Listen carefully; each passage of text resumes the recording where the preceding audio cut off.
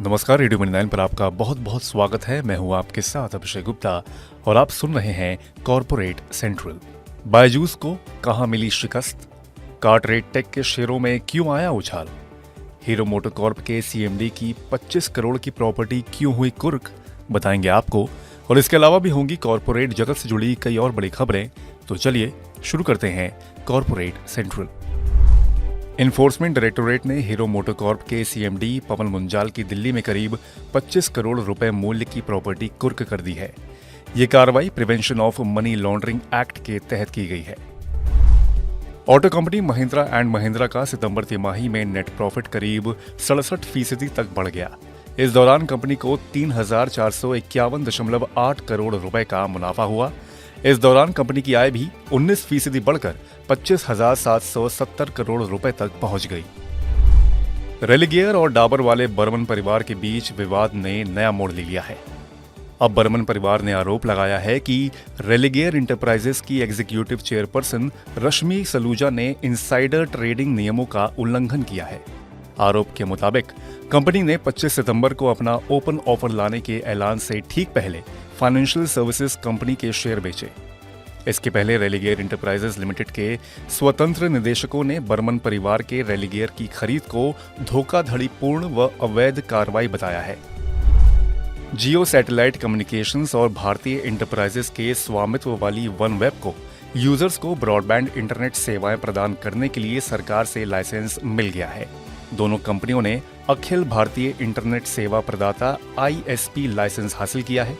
Satellite या mobile network के जरिए यूजर्स को इंटरनेट कनेक्टिविटी की सुविधा देने के लिए ISP लाइसेंस जरूरी है। कर्ज संकट में फंसी एडिटेक कंपनी बायजूस को अमेरिका में एक मुकदमे में शिकस्त मिली है।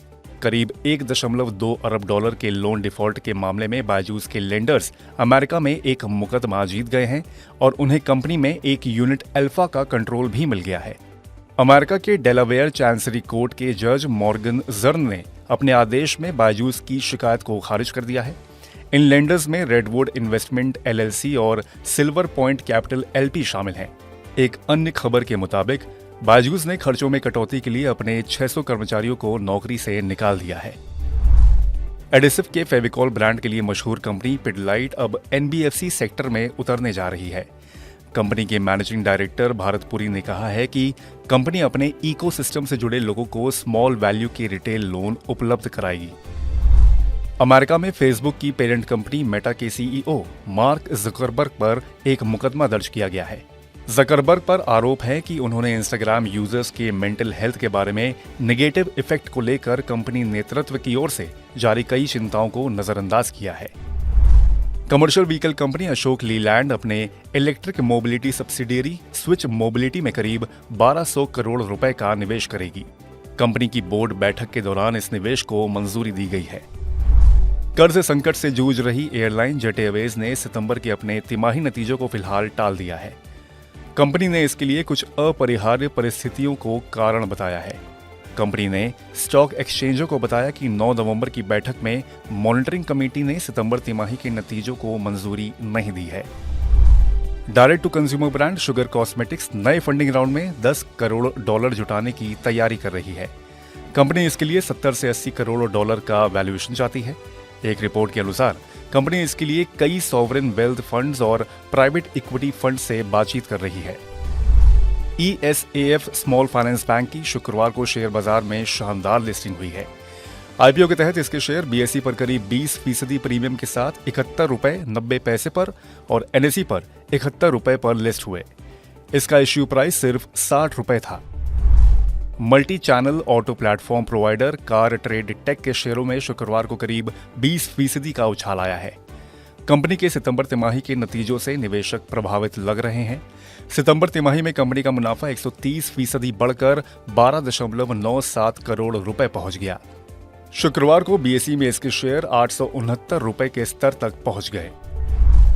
लिस्टिंग के बाद से ही मामा अर्थ की पेरेंट कंपनी होनासा कंज्यूमर के शेयरों की हालत खराब दिख रही है।